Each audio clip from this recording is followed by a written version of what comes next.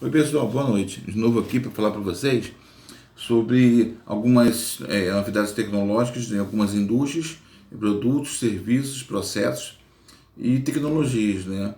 Hoje eu vou comentar sobre a tecnologia do plástico e logo vou estar fazendo outros vídeos sobre outras tecnologias, levando em consideração a minha história na engenharia. Eu já trabalhei em algumas indústrias, diferentes segmentos, né, dentro da engenharia, e aprendi na Zona Franca de Manaus, na indústria de São Paulo, fora do Brasil, em América Latina, e ao mesmo tempo em obras aqui na América do Sul, e plataformas ao longo do mundo, né, na África, no sul do México, ali no Golfo do México.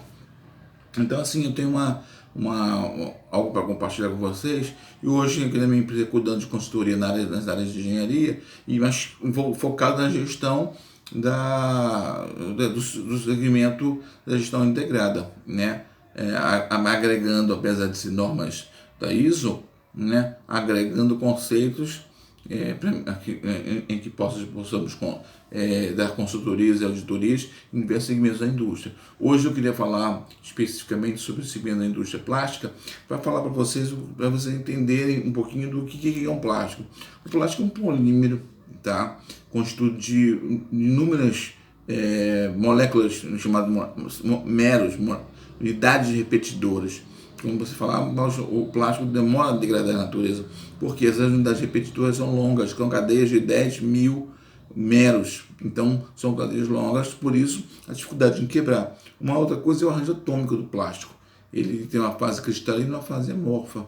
Com isso, ele, apesar de ter uma maleabilidade, existem plásticos que têm uma certa dureza, outros têm uma maleabilidade, então eles conseguem se moldar. Então o conceito plástico é justamente isso, plasticine, do grego plasticine, que é a capacidade que ele tem de se moldar. Com isso, eu posso classificar os plásticos com base de origens naturais e sintética, como o algodão, de seda, a unha, a proteína. Agora, outra coisa sintética seria o Kevlar, que é usado em colete de bala, os plásticos, os nylons, enfim.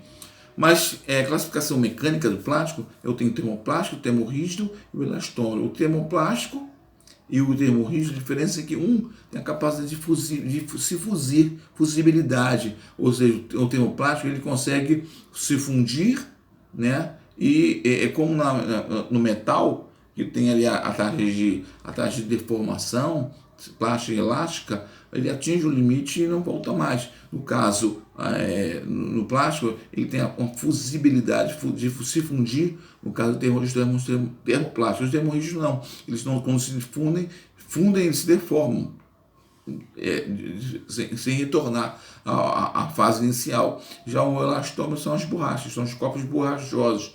Então, quando você coloca uma borracha no fogo, ela vira carvão. Então, o material borrachoso são chamados elastômeros, tá? É o que alguns celulares têm hoje, tem a capa a base de termorrígidos, e também celulares tem um emborrachamento, aquilo ali é um elastômero. Bem, vantagem do plástico é muito simples, ele é barato. Outra coisa, ele é leve. A questão da durabilidade, já existem, né, hoje temos na Petrobras, plásticos, polímeros, né, substituindo os cabos de aço. Eu posso ter cabo de aço 4, 5, 6 vezes mais leve que um cabo de aço. Um cabo de aço não, um cabo de polímero 6 vezes mais leve que um cabo de aço. Aí a resistência, eu tenho uma resistência tanto quanto eu tenho os plásticos de engenharia, são tão resistentes quanto o cabo de aço. Eles amarrados na plataforma são substituídos por esses cabos polímeros. Vantagem é a corrosão, que não vai haver. Usa aí um cabo muito comum hoje usado, é o cabo extraído do óleo da mamona, logicamente, não do óleo, mas da cadeia, né? Na cadeia um plástico vegetal, origem vegetal, formando uma cadeia polimérica da poliamida. Uma outra coisa, a desvantagem são as peças que sofrem contrações. Isso já não acontece tanto quanto o metal. Acontece, mas ele retorna mais rapidamente. Questão do plástico em nossas vidas. Vamos lá, para a gente poder avançar. O plástico em nossas vidas é uma invenção dos últimos 100 anos. Ou seja, o plástico é descartável, né? Ele pode ter sido descartável, mas aonde e como é esse descarte? O que tem ocorrido é que tem que ser descartado indiscriminadamente na natureza.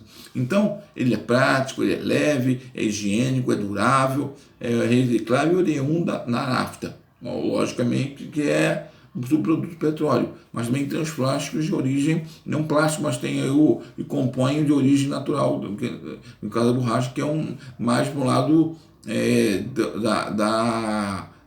dos borrachosos, que é borracha seringueira. Mas quando a gente fala em plástico, de origem do petróleo, que é a nafta.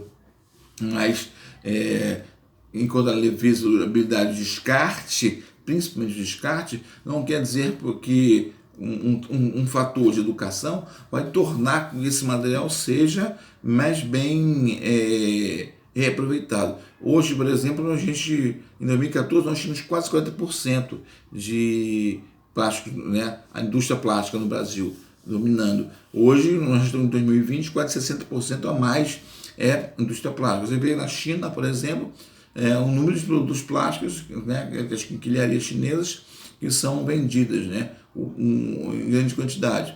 Bem, a poluição polimérica é um grande problema. O que é a poluição polimérica? É justamente o descarte indiscriminado da natureza, né?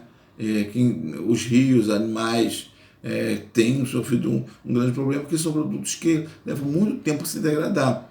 A solução, né, são inovações tecnológicas, o plástico tem os seus recursos. Uma da inovação tecnológica que vai justamente tratar dessa questão do descarte, da degradação na natureza, são alternativas de plásticos biodegradáveis. Como é que eu faço isso? Eu tenho material orgânico, eu sintetizo ele junto com material orgânico, eu faço uma combinação, um compósito, vamos dizer assim, posso dizer assim, e da casca do amido, já tem estudo da casca da batata, e aí eu consigo, através de bactérias endófinas que encontro nos aterros em matéria degradável, essas bactérias corroem, degradam o plástico. E com isso, eu faço então um plástico biodegradável. Então eu faço um ciclo mas o nosso objetivo comum é descartar o plástico numa coleta seletiva.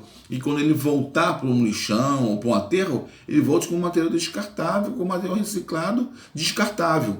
Então eu vou ter um tempo bem menor, né, 1 ano, 2 anos, para a degradação dele, do que 20, 30, 40, 50, 70, 100 anos, dependendo do tipo de plástico, se for um poliestireno, se for um polipropileno, porque são várias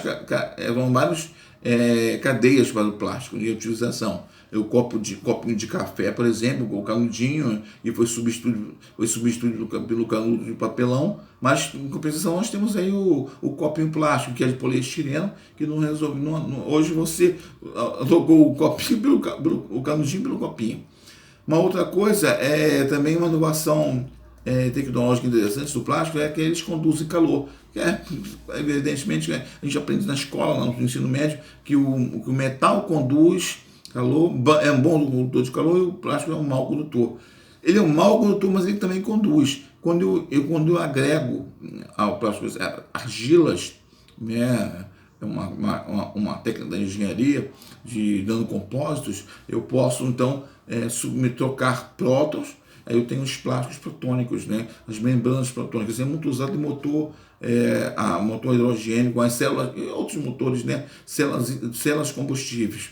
São membranas que fazem a troca da água, quebram a molécula e fazem aí a fusão do hidrogênio e liberação de oxigênio.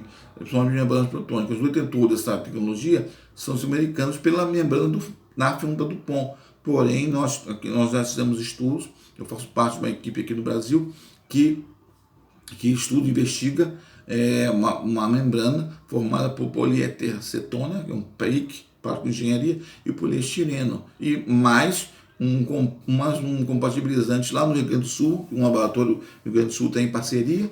Então a gente está tentando formar uma membrana à base de plástico, tão resistente quanto a dos americanos e consequentemente muito mais barata. Bem, isso é novidade. Eu tinha dito aqui, a solução socioambiental básica para plástico é produzir um bom plástico.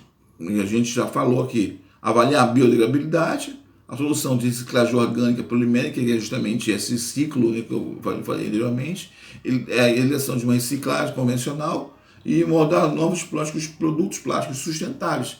Quer dizer, quando ele for descartado da natureza sem querer, né? Quando ele for voltar para a natureza, seja de maneira correta ou não, ele vai ter um tempo menor de descarte e a natureza agradece. Uma outra interessante é a questão de inovações tecnológicas que a gente fala sobre o Kevlar. O que é o Kevlar? O Kevlar são os coletes prova de bala, são os carros à prova de bala. A gente tinha um carro super pesado, enchia um carro de chapa metálica. Né? Hoje eu tenho uma manta de Kevlar, ela é leve, o carro fica com 2% ou mais de piso próprio. Enquanto eu coloco placas de metal, o carro fica com 15 a 20% do piso. Então, quer dizer, o carro fica mais pesado, consome mais. Quando eu boto o Kevlar, por exemplo, ele segura um tiro de fuzil. Então eu posso, é caro. Ah, mas essa tecnologia de agora, não, os americanos em 69, quando foram à Lua, o traje dos astronautas já eram feitos de Kevlar, a base de Kevlar, revestido com Kevlar. Então a gente vive ainda, graças à globalização e série digital, aproveita a internet, a gente tem condições de trocar experiências e se inserir no mundo tecnológico e das inovações. O plástico é muito legal por isso, porque ele te dá essa visão. Uma coisa interessante é justamente isso. Então, assim, para concluir, eu queria dizer que o plástico é um dos materiais de maior importância para o homem, atualmente. Entretanto, por ser derivado de petróleo, que é um recurso não renovável, ele tem sido importante para a busca de novas tecnologias sustentáveis, que é justamente agregar polímero e material orgânico. É uma das técnicas que estão sendo bem inovadoras. Ainda se continua usando o derivado de petróleo. Isso aí é questão de educação para a gente. Em grande escala, pois continuam sendo muito empregados em bancos tecnológicos. Vimos as suas origens, né? A gente falou das origens, a gente falou das formações, da classificação, e diante desse fato, de tudo isso que foi falado, é fundamental que esse material seja usado de forma consciente, evitando um desperdício e reciclando à medida do possível. Então fica aí meu toque, fica aí minha colaboração, meu incentivo para que você conheça um pouquinho mais da indústria plástica. E quando hoje na minha consultoria, quando a gente fala de sistema de gestão, por exemplo, e quando a gente dá uma consultoria, ou quando a gente faz uma auditoria de uma empresa plástica, além da própria ISO, tem os conceitos e as normas que regulam os plásticos e o tempo de durabilidade para a questão do resíduo. E cada plástico tem uma classificação, o seu tempo de descarte, o tempo da natureza, o tempo de degradação. Então, assim, é importante a gente entender que tudo está linkado à tecnologia. Por mais que a gente vá cuidar de gestão, a gente vá na consultoria, mas a inovação é constante. Né? E por isso é importante conhecer um pouquinho de cada tecnologia, porque ela te ajuda a entender como funciona o processo daquele produto, daquele serviço, daquele material. No caso, o plástico, ele é fundamental e tem sido fundamental para nossas vidas. Não em substituição ainda ao metal, que ainda é muito importante, mas para ajudar a reduzir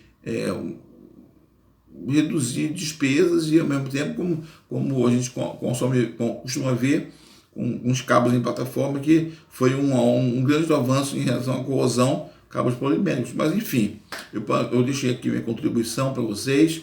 Caso vocês queiram saber mais sobre plásticos, vocês podem visitar, vou deixar o link para vocês.